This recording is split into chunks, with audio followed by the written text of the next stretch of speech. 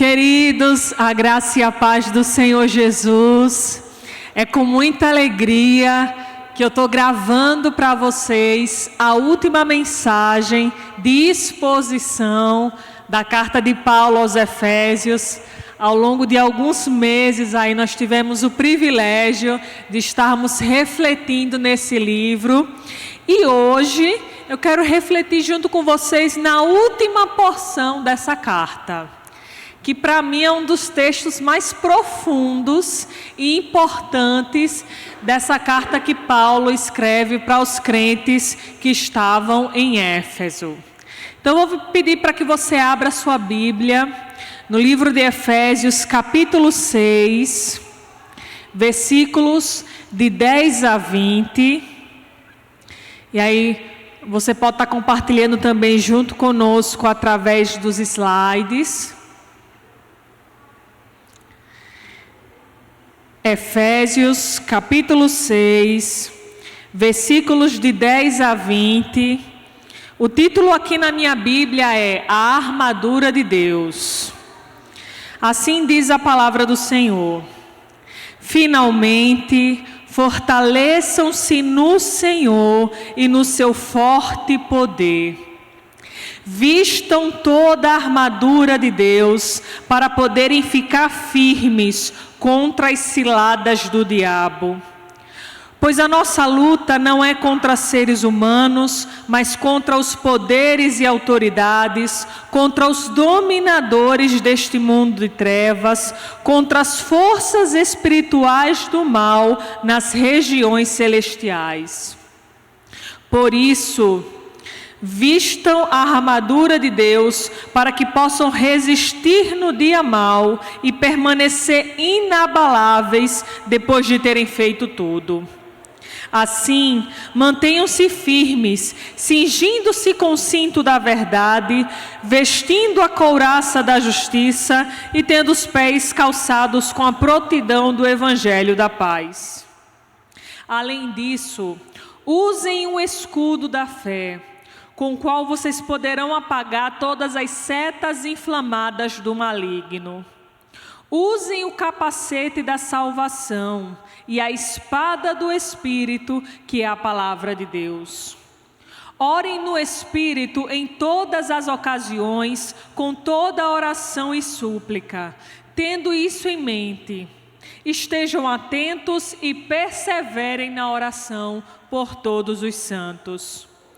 Orem também por mim, para que, quando eu falar, seja-me dada a mensagem, a fim de que, destemidamente, torne conhecido o ministério do Evangelho, pelo qual sou o embaixador preso em correntes.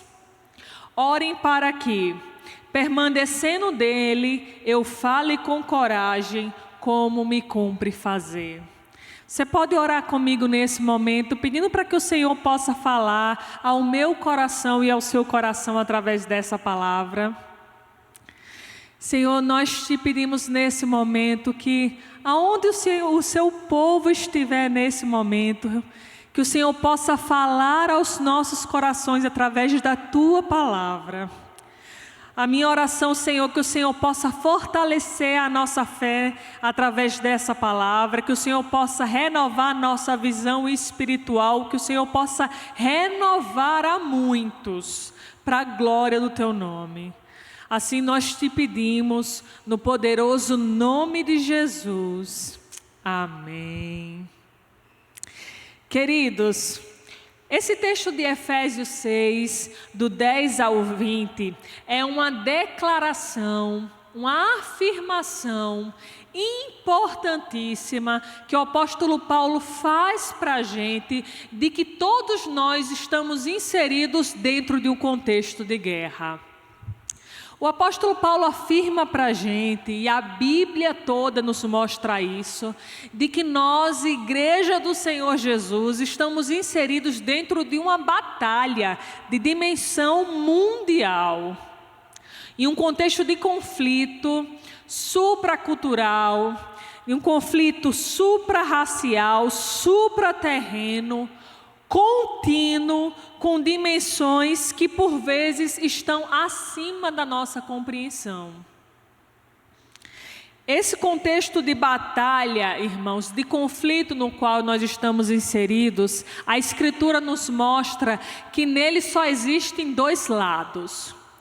Ou você faz parte do exército de Deus e foi alistado por Ele nesse exército no momento que você entregou a sua vida a Jesus, ou você faz parte do exército inimigo. Queiramos ou não, nós estamos dentro desse contexto de guerra e nenhum crente pode ser considerado um pacifista ou dizer que não acredita nessa realidade de batalha espiritual porque já está envolvido nela. Por isso Efésios 6, do 10 ao 20, se torna aqui a ordem do dia do nosso general, a convocação do Senhor Jesus, para que a sua igreja esteja pronta para esse combate. O apóstolo Paulo vai esboçar aqui para nós, irmãos, alguns princípios básicos dessa luta da igreja de Cristo, que resiste aos ataques do maligno e avança salvando vidas por meio da pregação do Evangelho. Por isso eu quero começar a refletir agora com vocês sobre a convocação que o apóstolo Paulo faz aqui para que nós estejamos envolvidos e preparados para participarmos dessa batalha. A convocação aqui que o apóstolo Paulo faz vai dos versículos de 10 a 13. Ele começa essa convocação respondendo a seguinte pergunta: como podemos nos preparar para esse combate? E ele diz, a primeira coisa que precisamos fazer para nos prepararmos para esse combate é nos fortalecermos no Senhor e no seu forte poder. A ideia que Paulo está trazendo aqui, irmãos, é de que essa batalha é uma batalha tão séria. O nosso inimigo é um inimigo tão poderoso. Os ataques, da mesma forma que ele vai desferir contra nós, também são tão poderosos, tão fortes, que a gente não vai conseguir permanecer de pé, não vamos conseguir terminar essa batalha ilesos, se não nos fortalecermos no Senhor. Se dependermos da nossa própria força, nós seremos destruídos. Por isso Paulo começa dizendo aqui que nós precisamos depender do Senhor, precisamos estar enraizados nele, nos apegarmos a ele com todas as nossas forças para podermos continuar de pé dentro desse contexto de batalha. Só assim nós vamos conseguir ter vitória. Mas ele não para por aqui. Ele responde, ele diz, precisamos nos preparar para essa batalha, não apenas nos fortalecendo no Senhor, mas também vestindo toda a armadura de Deus. Olha que coisa interessante, olha o contexto no qual Paulo está inserindo quando ele escreve esse texto. Paulo estava aqui, irmãos, preso, provavelmente em Roma, acorrentado a um soldado da guarda pretoriana, que era a guarda de mais alto nível do Palácio Imperial. E é provavelmente a armadura desse soldado que serve aqui de inspiração para Paulo. E ele faz essa comparação entre a armadura desse soldado e as características que o cristão precisaria ter para poder vencer essa batalha.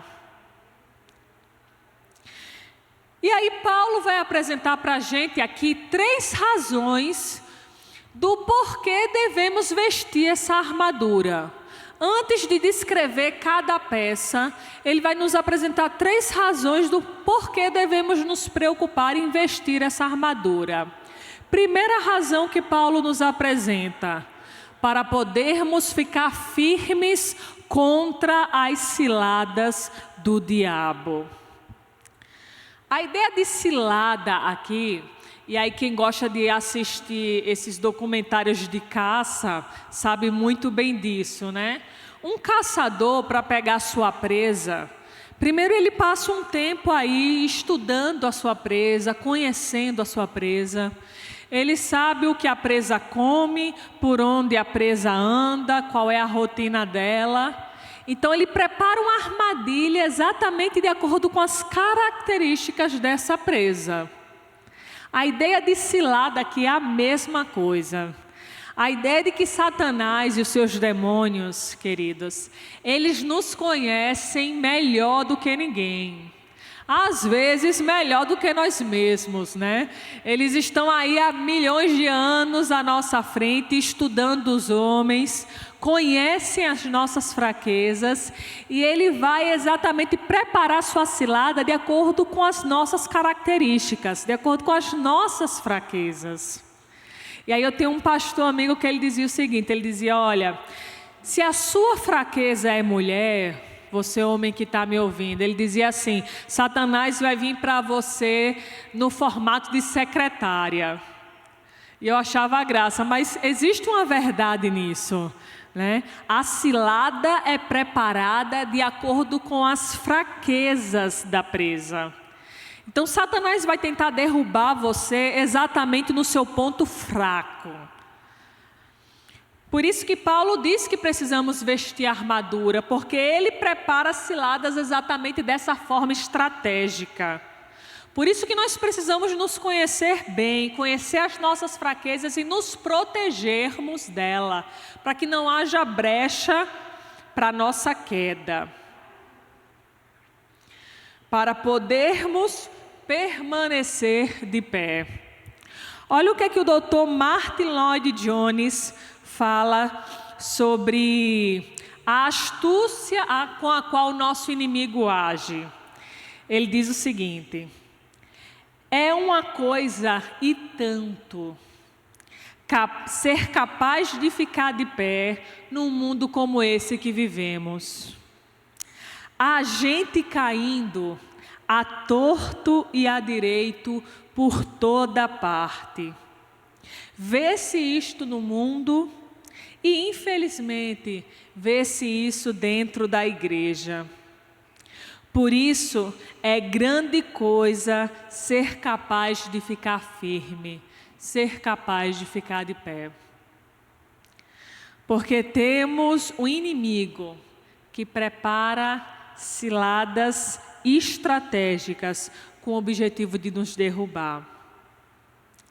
Mas a dificuldade só aumenta pelo fato de lutarmos contra seres que possuem uma natureza diferente da nossa. E essa é a segunda razão que o apóstolo Paulo apresenta, versículo 12. Pois a nossa luta não é contra pessoas, não é contra o nosso parente que não aceitou a Cristo, não é contra o nosso chefe que não gosta da gente, não é contra o nosso vizinho que nos perturba. A nossa luta, Paulo está afirmando aqui, não é contra pessoas, mas é contra os poderes e autoridades, contra os dominadores deste mundo de trevas, contra as forças espirituais do mal nas regiões celestiais. Irmãos, olha que verdade importante e como facilmente nós nos esquecemos dessa verdade.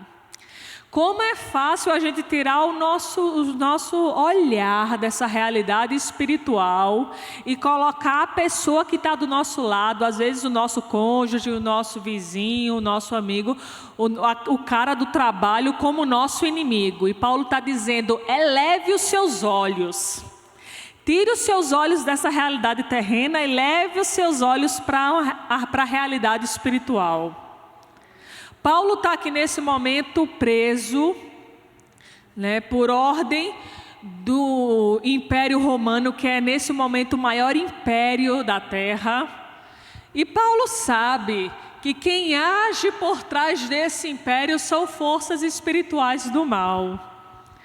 Paulo sabe que o seu inimigo não é Roma, não é de forma direta os judeus que estavam perseguindo ele, mas é Satanás, os seus demônios, que agem por trás dos governos humanos com o objetivo de fazer cumprir os seus propósitos.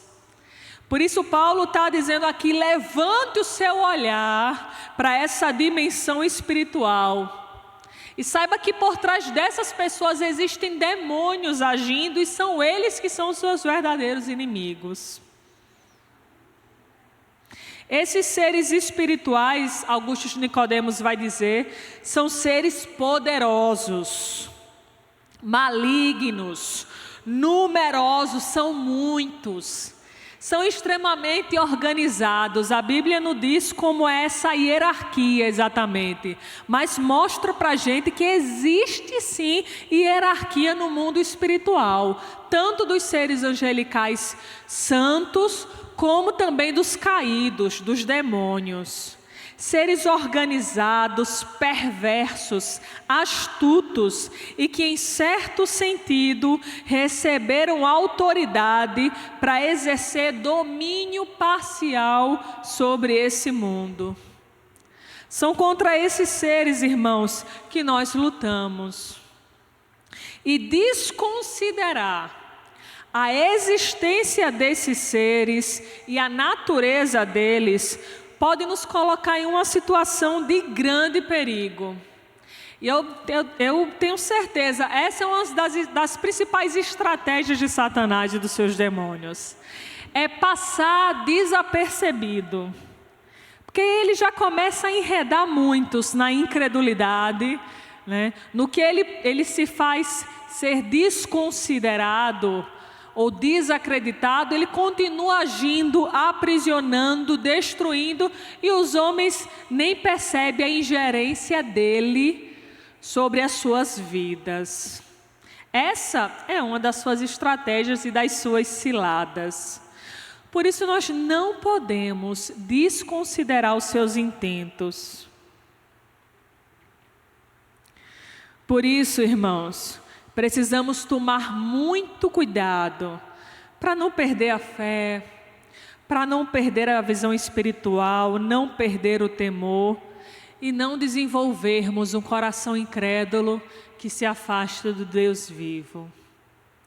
Terceira razão apresentada pelo apóstolo Paulo do porquê devemos vestir a armadura de Deus é para que possamos resistir no dia mau.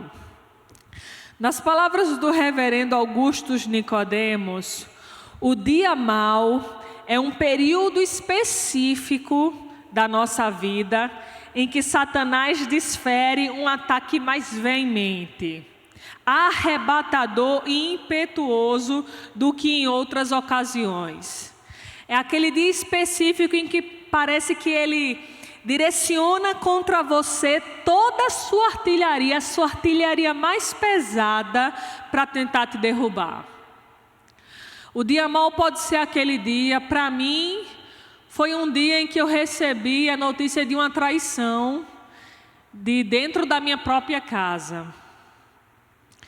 Para você, o dia mau pode ser aquele dia em que você recebeu o diagnóstico de uma doença, ou que você perdeu alguém que você amava, ou teve um sonho frustrado. No caso de Jó, a palavra de Deus é clara, o dia mau chegou quando ele perdeu tudo o que ele tinha, inclusive a sua própria saúde, só não perdeu a sua vida. Aquele foi o dia em que Satanás tentou destruir a fé dele. A Bíblia nos garante que esse dia mau vai chegar para todos nós. Eu não sei quando, eu não sei como. O que eu sei é que esse dia mau vai chegar, por isso Paulo disse, vista a armadura de Deus, para que você possa permanecer de pé nesse dia. E aí eu vou pedir para o irmão Paulo passar o slide. E ele começa a descrever agora cada peça dessa armadura para nos mostrar como podemos estar preparados para permanecermos de pé nesse contexto de batalha. E aí, a primeira peça que ele apresenta é o cinto da verdade. E aqui eu quero destacar para vocês que até a ordem em que essas peças aparecem aqui no texto é uma ordem importante, porque essa era a ordem que o soldado se utilizava para poder vestir a armadura. Primeiro ele precisava colocar o cinto. O cinto aqui nesse período era uma peça necessária para as pessoas que viviam usando essas roupas esvoaçantes desse período.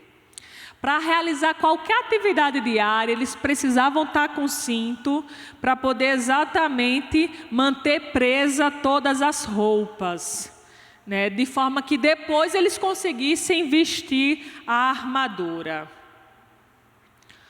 O cinto aqui, no caso, aponta para a verdade bíblica revelada por Deus e personificada no Filho.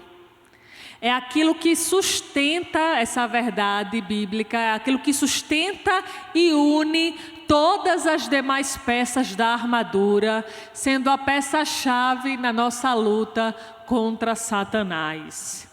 Então, a verdade de Deus revelada na Escritura é aquilo que vai unir todas as demais peças da armadura.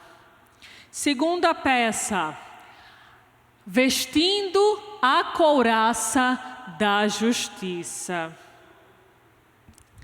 Na época de Paulo, queridos, os soldados utilizavam mais ou menos um colete parecido com esse, que era feito de metal ou de couro e cobria o peito, aqui a região do abdômen do soldado, protegendo os órgãos vitais. Para o mundo antigo, primeiro século, as pessoas acreditavam que o centro do homem estava nessa região aqui, que era o coração, né? Era o coração o órgão visto como aquele que controlava os pensamentos e os sentimentos. Então, nesse sentido, hoje a gente sabe que é o cérebro, né? Com a medicina moderna. Mas para o pensamento dessa época era o coração. Então, proteger o tórax era proteger a região vital dos pensamentos e dos sentimentos. Paulo está dizendo aqui que a justiça que Deus conquistou para nós através de Cristo é aquilo que protege os nossos pensamentos e os nossos sentimentos dos ataques do maligno. A salvação que Deus conquistou para nós é aquilo que nos protege da nossa dependência exagerada em nossos pensamentos e sentimentos que muitas vezes nos enganam. E aqui eu quero fazer um destaque muito importante para nós, né? A nossa geração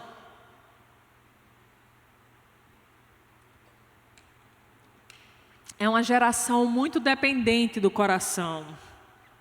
E a Bíblia diz que o nosso coração é enganoso. Mas a filosofia da nossa geração é: siga o seu coração, faça o que o seu coração deseja, aquilo que te faz feliz, né? Mas Paulo está dizendo aqui que se você seguir o seu coração, você pode terminar sendo destruído pelo diabo, porque ele usa o nosso coração enganoso para nos confundir. Por isso a gente precisa usar a couraça da justiça, para sermos guiados pela justiça de Deus e não pelo nosso próprio coração. Depender do nosso coração pode nos levar à destruição. Próxima peça da armadura que Paulo apresenta e que nós precisamos utilizar é calçar os pés com a prontidão do Evangelho da paz. Os soldados romanos desse período possuíam sandálias com solas resistentes e cobertas por pregos afiados que impediam que eles escorregassem. O Evangelho de Deus, da mesma forma, irmãos, é a mensagem que traz paz ao coração do homem e que concede a ele firmeza para a luta, para a batalha, que impede que ele vacile. O Evangelho da paz é aquilo que nos dá firmeza em meio às dificuldades da vida.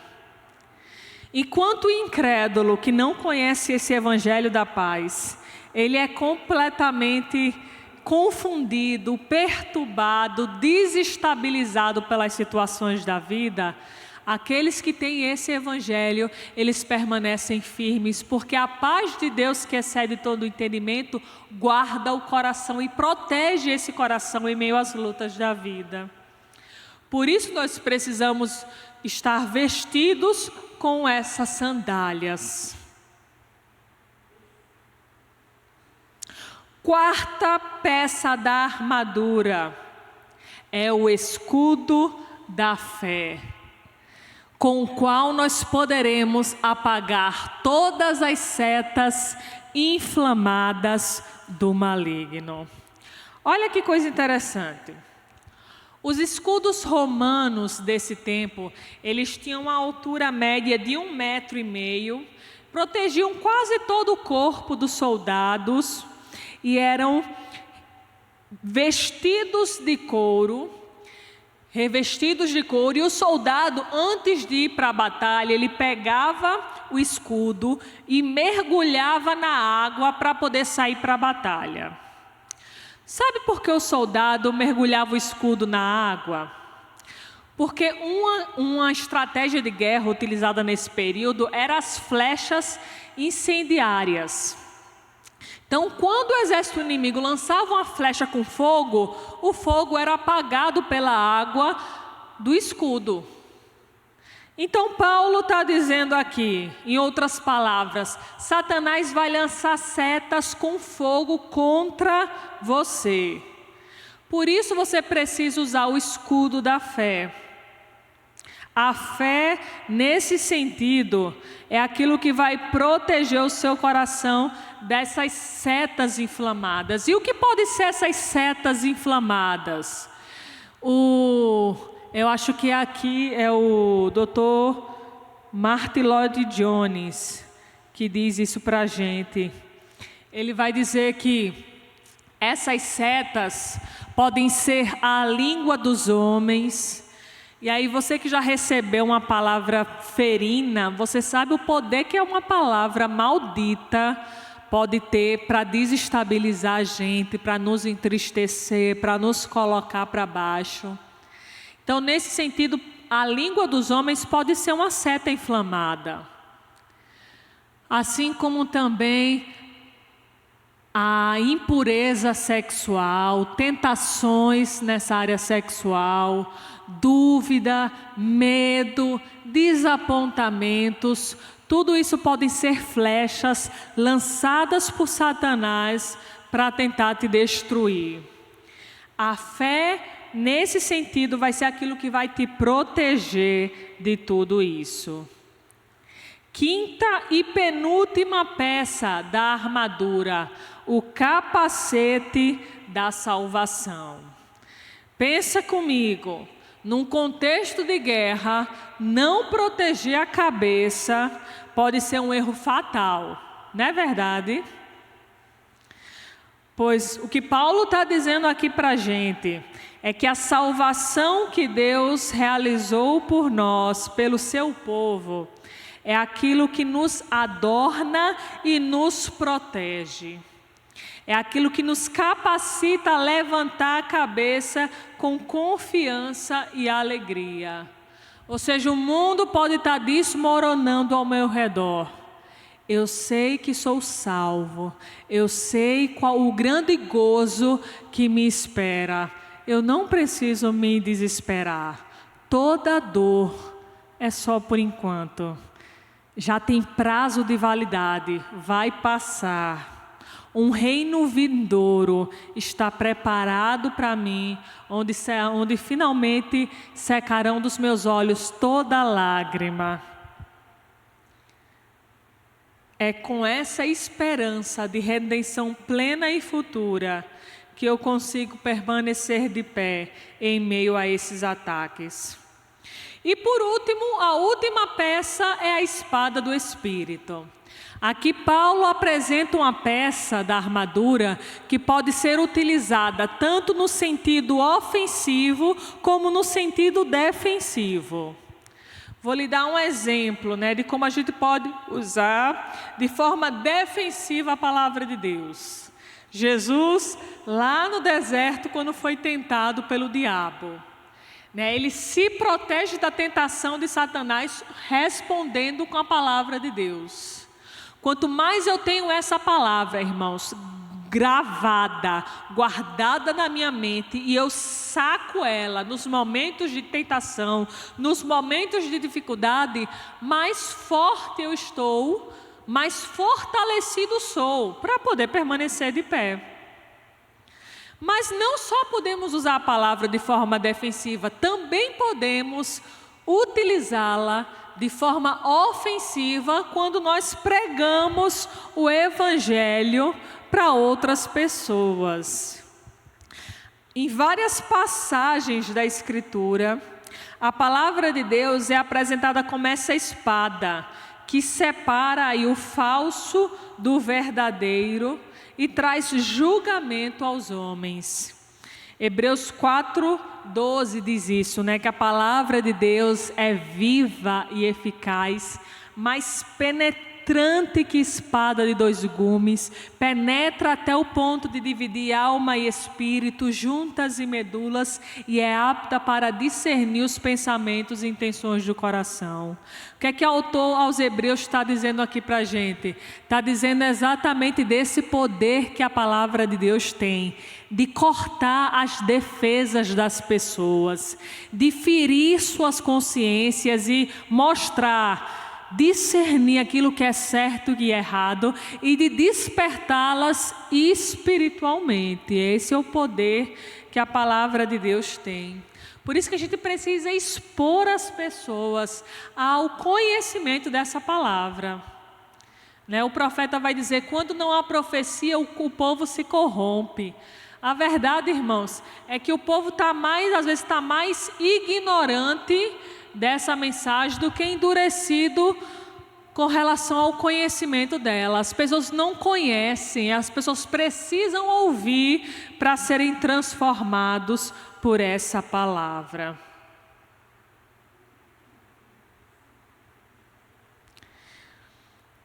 Nesse sentido, então, não pode existir dentro da igreja, aqueles pacifistas que decidem não usar a espada, ou que decidem não se envolver com esse conflito.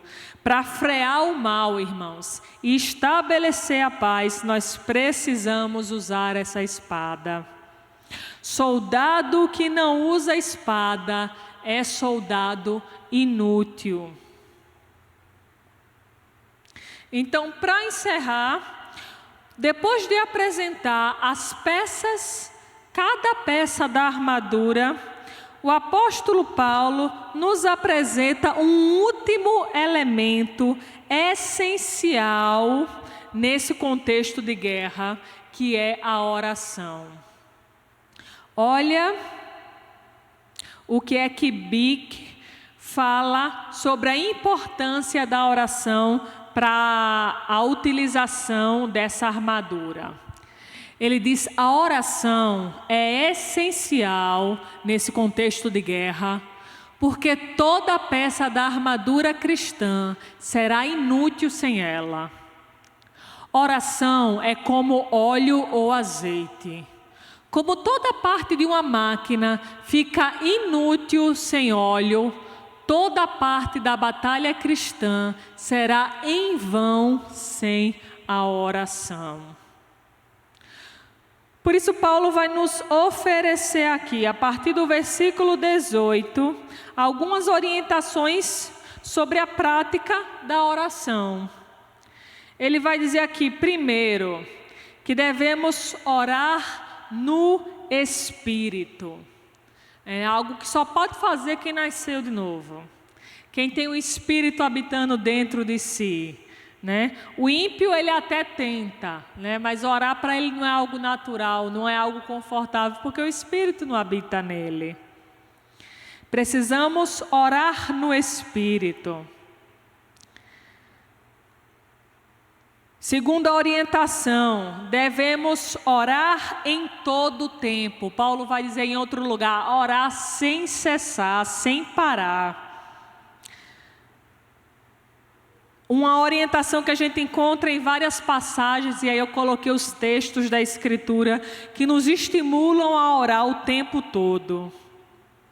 Terceira orientação, orar com súplica, com intensidade, suplicando em oração, que é diferente às vezes daquelas orações frias que a gente faz, né?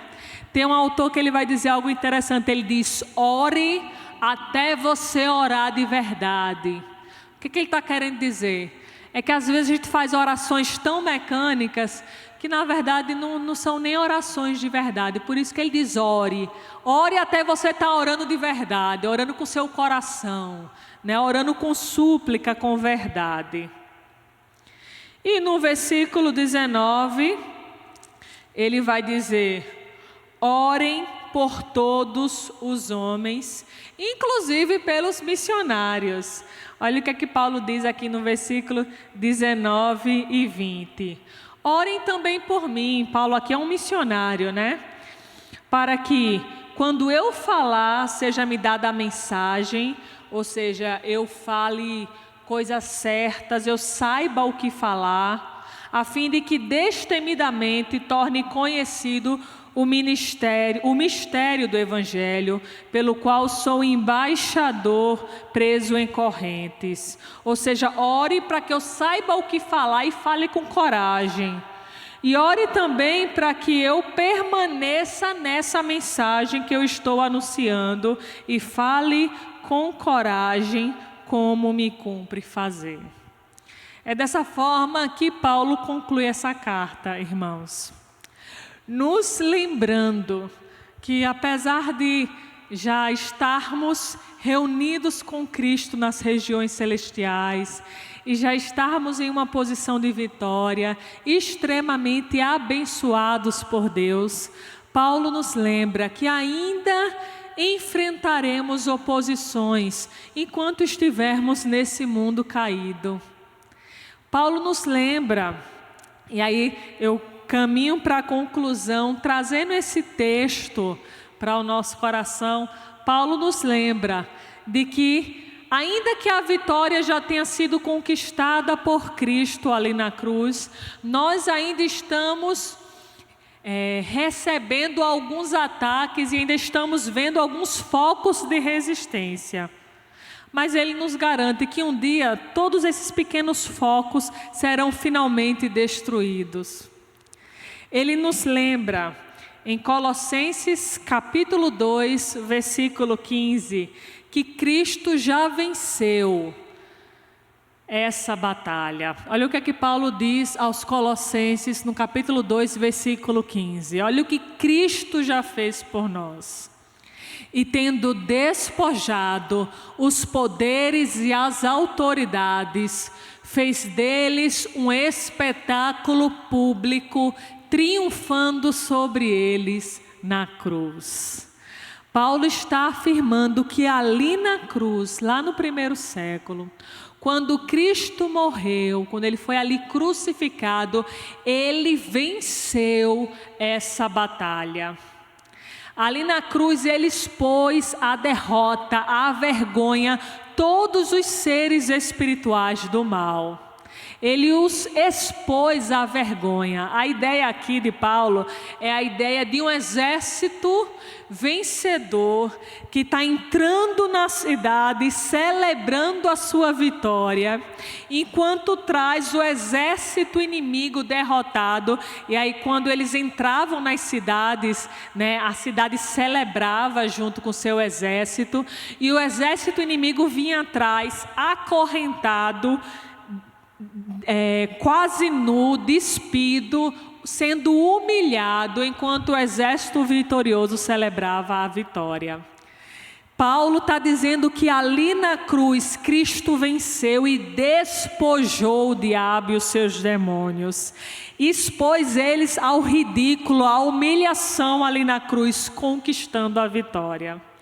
E é por causa dessa vitória de Cristo que nós podemos ter a certeza que junto com Ele nós também venceremos essa pequena resistência que ainda resta até aquele grande dia, onde Ele vencerá de forma plena e completa todos os seus inimigos.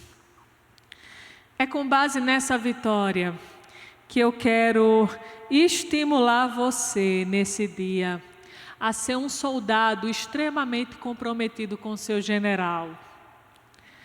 Paulo diz em 2 Timóteo, capítulo 2, versículo 4, que nenhum soldado se deixa envolver pelos negócios da vida civil, porque ele deseja agradar aquele que o alistou.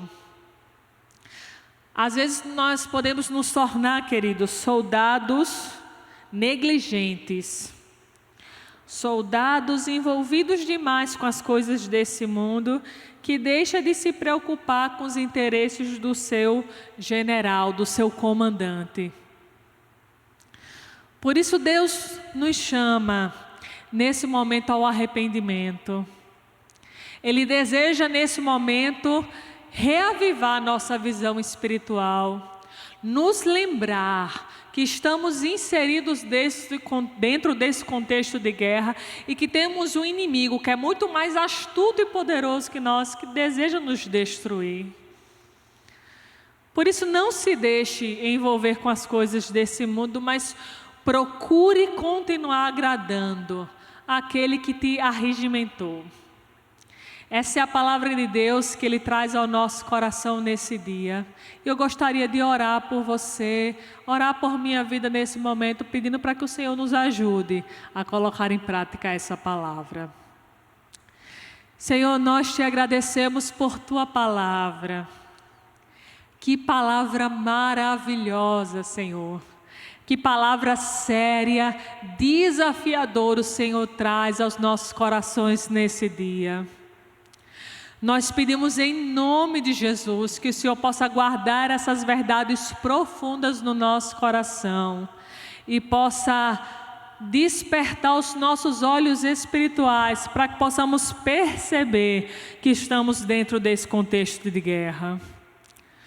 Pedimos que o Senhor possa fortalecer a nossa fé e nos separar desse mundo, para que possamos ser soldados que agradam ao seu Senhor. Assim nós te pedimos, Senhor, desperta-nos e usa-nos a cada dia mais para a Tua glória, para que possamos avançar, conquistando o terreno e salvando vidas para a glória do Teu nome. Assim nós te pedimos por amor às nossas vidas e para a glória de Jesus, e é no nome dele que nós oramos. Amém. Que Deus possa continuar abençoando a sua vida no poderoso nome de Jesus.